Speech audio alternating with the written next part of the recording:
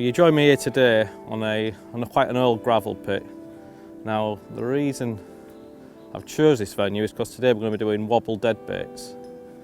Now, this particular pit itself is quite shallow actually compared to the normal pits that you'll find, but it's the clarity which is absolutely superb. And on a day like this, it's quite good actually. There's a slight little bit of cat ice on the top of the water. So I don't think the pike is going to be moving around too much today. So this is the reason why I've gone for wobble deadbaits, because there's so many advantages of wobble deadbaits. It's almost lure fishing, but with a natural bait. So you can work the bait itself a lot slower than you could a normal lure.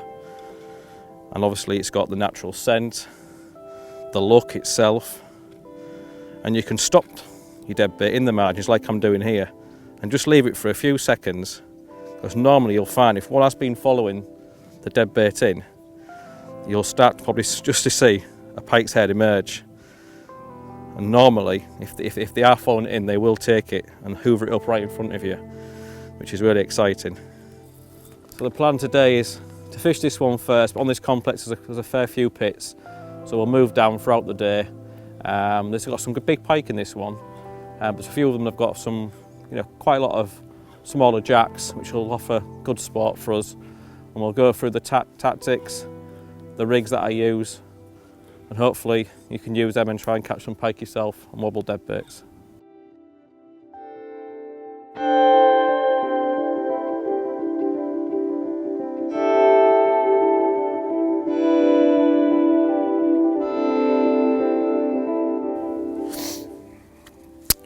Now, one of the key things to wobbling deadbaits is the rig itself. Now, unlike your normal standard deadbait rig, which is 2 sets of trebles or a single treble if you're doing a float rig, this one consists of a hook, which is basically used to harness the fish when casting out, and a single treble, which I use a size 4, slightly larger treble than normal, towards the back, which is basically your hooking hook. Now, the single hook, you can hook that through the nose, generally the nose of the bait, and this one through the back of the body. Now, you can use your normal double treble rig, but that depends on your bait you're using itself. If it's lamprey, then I would use a double treble, but for your general coarse fish, your bream, your roach, your perch, then it would be this rig here that I'm using today, which is a single hook and a single treble. Now, also, I'll get onto the length of the trace. I make these traces a lot longer than I would on a normal conventional rig. The reason for this is there's no other components to go on this rig at all. That is literally what you see there is what it is. So you might as well have that extra bit of length, an extra bit of security, so you've got no chance of a pike catching its teeth on the braid and cutting you off. So it's just a bit of a precaution thing, but it's good practice to have when you're wobbling deads. And also with the rigs as well, I do these rigs by crimping the wire. Now, I use the 49 strand Fox wire with the crimps to match, and I'll use both sets of wire that we use, which is the 26-pound wire and the 40-pound wire, all depending on the venue itself. If it's a really snaggy venue and I'm fishing against a lot of snags, then I'll obviously use the higher breaking strain wire. But for these venues I'm fishing each day, it's just soft weed. Then I go for the 26-pound. Now, I also put covers over all my crimps. The reason for this also protects the crimp itself, but it stops any weed getting caught around the hooks. Well, it minimises the amount of weed caught around the hooks anyway and the swivels. And as you can see, we caught a lot of weed today, so these certainly help on keeping that factor to a minimum. With the single harness hook, I crimp this on sort of a loop. Now, the reason for this, it just allows that hook a little bit more movement than a conventional twist and pull through. It just helps it a little bit, I think, with the fish flexing when it's body roll, when it's sinking down. Just a little something that I think gives it a little bit of an edge. Just keeps that hook a lot more free. Keeps the movement a bit more natural as well. But it's a good little thing to use, is that. And wobbling deadbaits for me is a really productive technique. I've had numerous fish on wobble deadbaits. The days where they're not on the lures, and you don't want to be sat behind alarms or watching a float. And a wobble deadbait is quite a traditional technique, but it fits lovely in this modern fishing world we have now. You know, it's quite underused, I'd say. Don't see many anglers using wobble deadbaits as much.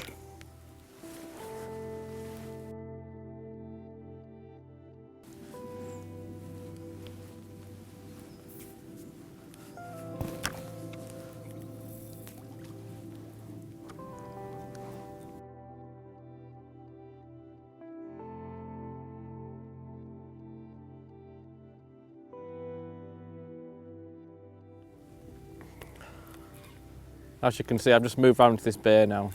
It's quite a secluded bay. It's reed lined. There's a lot of weed under the water in the margins. But these are the likely places where pike are going to be. You know, it's just like lure fishing. You've got to look for those hot spots, so to speak, and present the deadbait around those areas. But unlike lure fishing, you can work a particular area for a lot longer, because you can pause it, you can leave it on the bottom for 5-6 seconds, slight little twitch, you know. You've got to keep changing and find out what they want on the day. And some days you might find you want quite a fast, erratic movements, and then others, tiniest little twitches. The only way you're going to find out that is to try them all and see what works. So that's what we're going to be doing.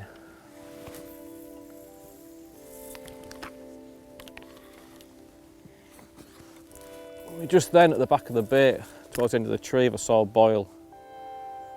Now, I'm not sure, it could have been the bait itself, but it's always worth just having a cast back in that area. Because if it's a pike, generally it'll hit it on the drop.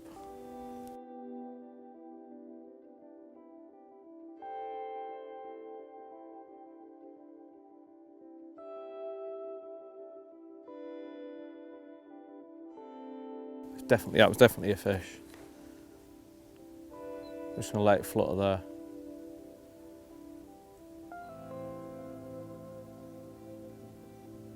I think it's right on that reed shelf. It's always quite important as well to make sure you keep your bait fairly clean, especially in water this clarity like it is today.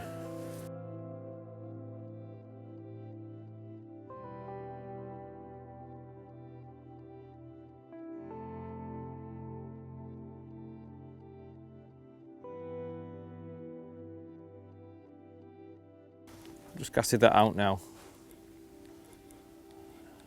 Any moment now, if that pike is still around.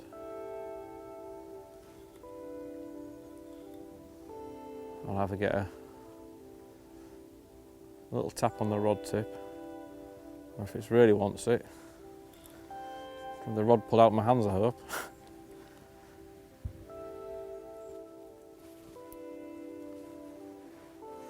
I think it's time to move swim.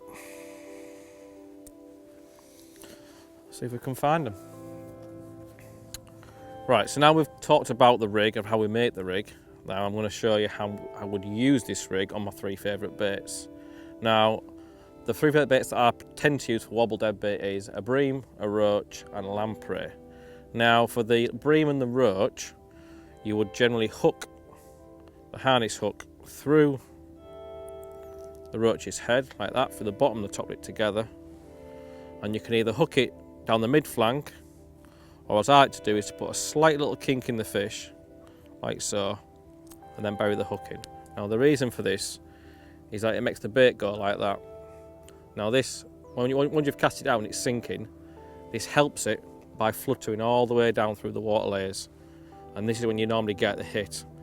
Obviously, if you hooked it normal, without pulling it tight, your bait's going to hang just straight like that. So it would give it would still flutter down, but obviously with it being pulled back a little bit on a slight crease, it's just going to enhance that diving movement as what a natural fish would do as it flutters down. Now, The reason why I like using roach and bream is because, well, bream for a start, it's got such a big surface area and it gets that big natural flutter as it goes down. It's really silvery, as is the roach, and obviously it's found in nearly every water that you're going to fish.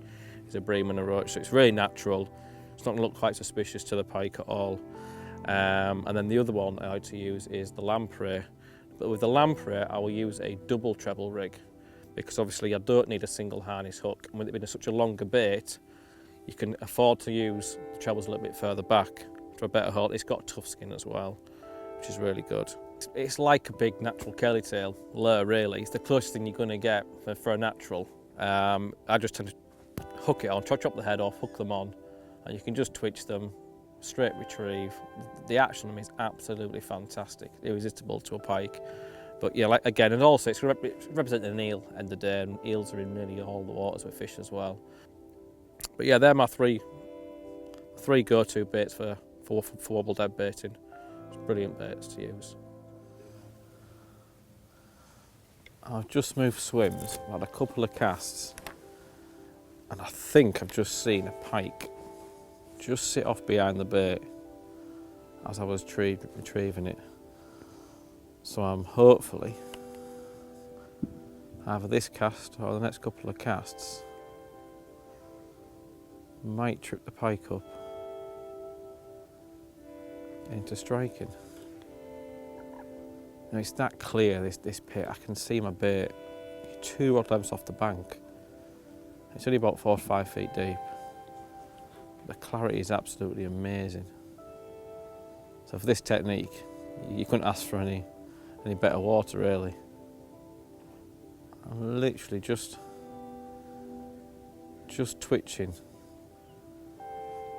the bait as if it's just sort of injured on its last legs. Hopefully it's just enough for the pike to think it's an easy meal. It's just like lure fishing. When you get into a new swim or a new peg, fan cast, I always try the margins first, just in case there are pike sat closer in. If you try the margins, cast each to your side, and failing that, fan cast. Just like lure fishing, you cover maximum water. And at least you know you've maximised the water in front of you on that particular peg. Or if you do think you've seen a fish or had a hit, then it's well worth making a few more casts in the similar area to where you had the hit. And as with all casts, it's worth being quite patient at the end of your retrieve, just to let it flutter in front of you, just in case there has been one trailing behind and you haven't seen it. Which again is why polarised glasses is very important, really, when doing techniques like this. It allows you to see much further into the water, a lot further out behind the bait. So if there is a pike there, if you didn't have your glasses on, you could pull the bait out, potentially have lost your chance of catching that fish.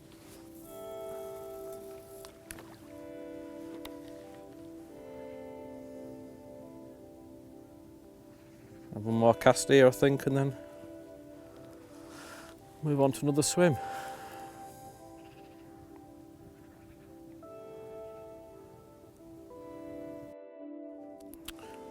Because the lake behind us was a lot deeper than what I was fishing before, the best thing to use is SSG shot. And just lightly pinch them a couple of inches above your bait. You don't crump them down too hard to damage the wire. But just that will help that bait get down a little bit quicker. Yes, we are talking about 16, 17 feet in front of us.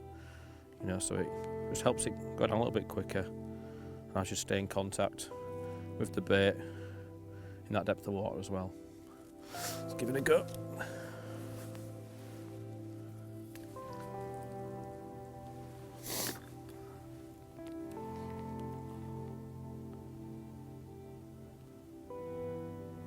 So as you can see, once I've cast it out and I've let the bait flutter down to the bottom, well, you don't have to let it flutter to the bottom, it's just I like to search the bottom first and work my way up. It's just, you can even do it with your rod tip, just little twitches, which will just make that dead bait dart quite erratically without moving too much distance. So if you find the pike don't want to move too far, it could be the preferred method. Or you can just do a lot of movement with the reel. You can just do a quick few turns of the handle, which will obviously make the fish dart off, move a couple of feet, and then let it sink back down again. You just got to keep trying them both and find out what they want on the day. Every day is different, just like lure fishing. You know, everything's very similar to lure fishing. You're just doing it with a real fish rather than soft plastics.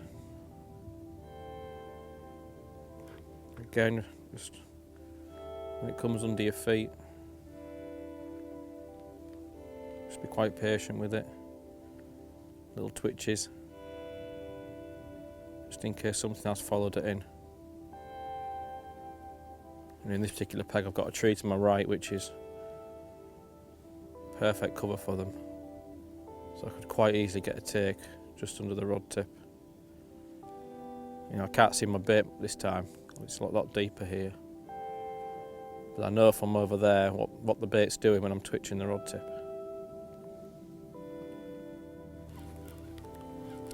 Now the tackle that you're using for wobble dead bait is quite important.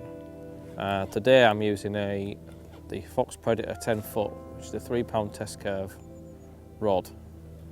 And it's matched with a Fox FX9 reel. Now you don't have to use these two particular rods and reels for this. You know, you can use a heavy lure rod, which in fact is, you know, probably more finely tuned for this type of fishing, because you are almost lure fishing really, but just with naturals. And as with any sort of lure fishing or whatever you're predator fishing, braid is very important. I'm using a 50 pound braid today. And the reason for this, obviously, so I can feel every little knock that could be a fish, you know, which I know you wouldn't get, you know, just as with lure fishing. And if you just treat it as the same. But these things are very important when you're dead baiting with any technique, especially wobble dead baits.